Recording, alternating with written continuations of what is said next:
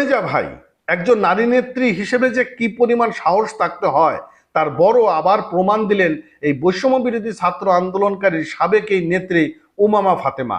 তিনি কিন্তু আবারও তার ফেসবুক স্ট্যাটাসের মাধ্যমে প্রমাণ করলেন যে তিনি আছেন। বিষয় হচ্ছে যে আপনারা জানেন যে বৈষম্য বিরোধী ছাত্র আন্দোলনের কিন্তু একটা বড় লিড পর্যায়ে ছিল এই ফাতেমা ওবামা, এবং তিনি তার জায়গা থেকে স্পষ্টতার কারণে তিনি এই বৈষম্য বিরোধী ছাত্র আন্দোলন এবং এই এনসিপি থেকে কিন্তু সরে দাঁড়িয়েছেন। তিনি তার জায়গা থেকে সততা এবং তার জায়গা থেকে যে ব্যক্তিত্ব, সেই ব্যক্তিত্বর জায়গা থেকে কিন্তু তিনি এই কাজটি করেছেন। আর হঠাৎ করেই এই ওবামা ফাতেমা ফেসবুকে একটা স্ট্যাটাস দিয়ে বসলেন। তিনি বলেছেন যে ঢাকা বিশ্ববিদ্যালয়ের হলে নতুন করে যদি কোনো কমিটি দেওয়া হয় তবে তা আবার প্রতিহত করা হবে। এমন একটি পোস্ট করার পর নতুন করে আবার চাঞ্চল্যকর তৈরি সৃষ্টি হয়েছে। কি হয়েছে এবং কি ঘটনাগুলো ঘটেছে সেটি আজকে আমরা সমকাল পত্রিকার মাধ্যমে জানার চেষ্টা করব এবং কিছু রিভিউ করব, আলোচনা করব। তাই অবশ্যই ভিডিওটি সম্পূর্ণ পর্যন্ত দেখলে আপনারা বিষয়টি বুঝতে পারবেন যে ফাতেমা ওবামা কি জিনিস এবং তিনি যে আসলে আগামী দিনের নেতৃত্ব এবং লিড দেওয়ার পর্যায়ে রয়েছেন সেটা কিন্তু আসলে বলার অপেক্ষা রাখে না।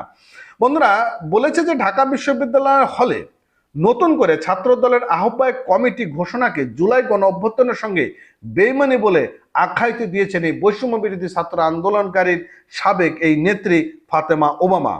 শুক্রবার সামাজিক যোগাযোগের মাধ্যমে দেওয়া এক পোস্টে তিনি এরকম মন্তব্য করেছেন। অর্থাৎ আজকে তিনি তার সামাজিক যোগাযোগের মাধ্যমে ফেসবুকে এরকম একটি মন্তব্য করে ছেড়ে দিয়েছেন। উত্তাল হয়ে গেছে, আরে কি অবস্থা, কি ঘটনা, এরকম একটি পোস্ট করলো। টেনশনও কিন্তু আছে এই ছাত্র দলের নতুন কমিটি ঘোষণাকে কেন্দ্র করে। ওবামা বলেন যে 2024 সালে 17 জুলাই বিশ্ববিদ্যালয়ে 18টি হলে ছাত্র রাজনীতি নিষিদ্ধ ঘোষণা করা হয়েছিল। আর এর প্রতিবাদে আমি ও কয়েকজন শিক্ষার্থী প্রশাসনিক ভবনের সামনে অবস্থান কর্মসূচি পালন করেছিলাম। বিষয়টা একটু নোট করবেন যে 2024 সালে 17 জুলাই বিশ্ববিদ্যালয়ে 18টি হলে ছাত্র রাজনীতিকে নিষিদ্ধ করা হয়েছিল। কেন নিষিদ্ধ করা হয়েছিল? তার প্রতিবাদে ফাতেমা ওবামা তিনি কিন্তু প্রশাসনিক যে ভবন রয়েছে কয়েকজন শিক্ষার্থী নিয়ে তিনি সেই প্রশাসনিক ভবনের সামনে কিন্তু অবস্থান করেছিলেন। মানে কি কলিজা তার মধ্যে রয়েছে। এবং তিনি বলেছেন যে গত 16 জুলাই আবু সাইদ শাহাদাতের পর ছাত্ররা ক্যাম্পাস ছাত্রলীগ মুক্ত করার সাহস পেয়েছিল। বিষয়টা আপনারা ক্লিয়ার হয়েন যে আবু সাইদ শহীদ হওয়ার পর ছাত্ররা তারা যেটি করেছিল ছাত্রলীগ মুক্ত ক্যাম্পাস তৈরি করে ফেলেছিল।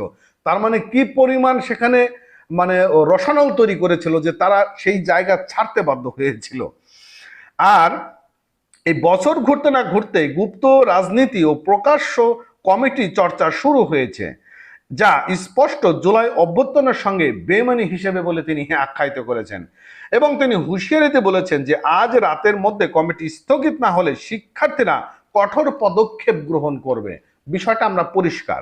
যদি আজকে রাতের এখনো সময় আছে, এখন বাজে 12:15, এর মধ্যে যদি এই সকল কাজগুলো স্থগিত না করে তাহলে আগামীকাল থেকে কঠোর অবস্থানের মধ্যে পদক্ষেপ নিতে যাচ্ছে এই বৈষম্য বিরোধী ছাত্র আন্দোলনকারীর সাবেক এই নেত্রী ফাতেমা ওবামা।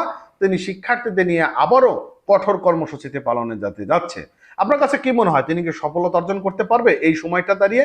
এখন তো আসলে ডাক দিলে সেভাবে ছাত্রছাত্রীরা আগাচ্ছে না, এবং বিএনপি যেভাবে কর্মসূচি দিয়েছেন বা তারা যে নতুন কমিটি গঠন করতে যাচ্ছেন, পারবে কি এটা প্রতিহত করতে? জানি না কি হবে, তবে সাহস আছে আর কি। ভালো থাকেন। নতুন হলে অবশ্যই চ্যানেলটি সাবস্ক্রাইব করবেন, পেজটি ফলো করবেন। ধন্যবাদ।